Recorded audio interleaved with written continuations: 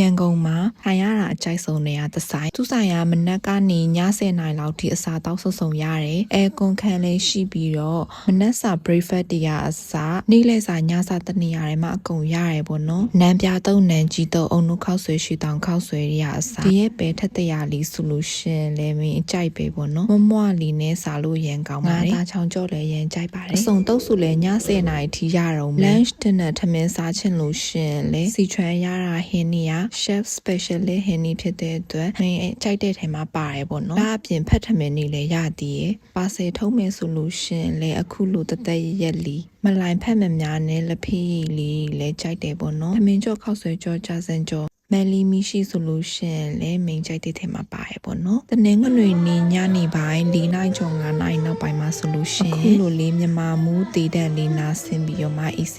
ထိုင်စားလို့ရမှာပဲဖြစ်ပါတယ်တန်းကျွေရဆိုင်ခွဲတွေအများကြီးရှိပြီမဲ့လီမင်းရတော့တောင်အုပ်ကလာဝီစန်တရာလမ်းမပေါ်မှာဖွင့်ထားတဲ့တန်းကျွေဆိုင်ခွဲကိုအထိုင်ဖြစ်ဆုံးနဲ့ထိုင်ရတာအချိုက်ဆုံးဆိုင်ခွဲထဲမှာပါပါတယ်။စကားမဆက်မရကော်ဖီခါကြိုက်တဲ့တူဆိုတော့လေသူဆိုင်ရဲ့ကော်ဖီအရတာလေးတော့တိတ်မကြိုက်ဘူးပေါ့နော်။နည်းနည်းအပျော်ကြိုက်တဲ့လူဆိုရင်တော့အဆင်ပြေမှာပါ။ဒီရဲ့ဆိုဒါတက်မရအေးလီယာတော့ fresh ဖြစ်လို့ပေါ့နော်။နေ့လည်ပူတဲ့အချိန်တောင်းနေဆိုလို့ရှင်အရင်မှအဆင်ပြေပါတယ်။မိန်ကြိုက်တဲ့ဆန်လေးတွေကိုပြန်ပြီးတော့မှ sharing လုပ်ပေးရပါတော့။အမားပါဝိုင်းခွင့်မပေးပါဘူးရှင်။ဒီဗီဒီယိုလေးကတော့ဒီလောက်ပါပဲရှင်။တတာ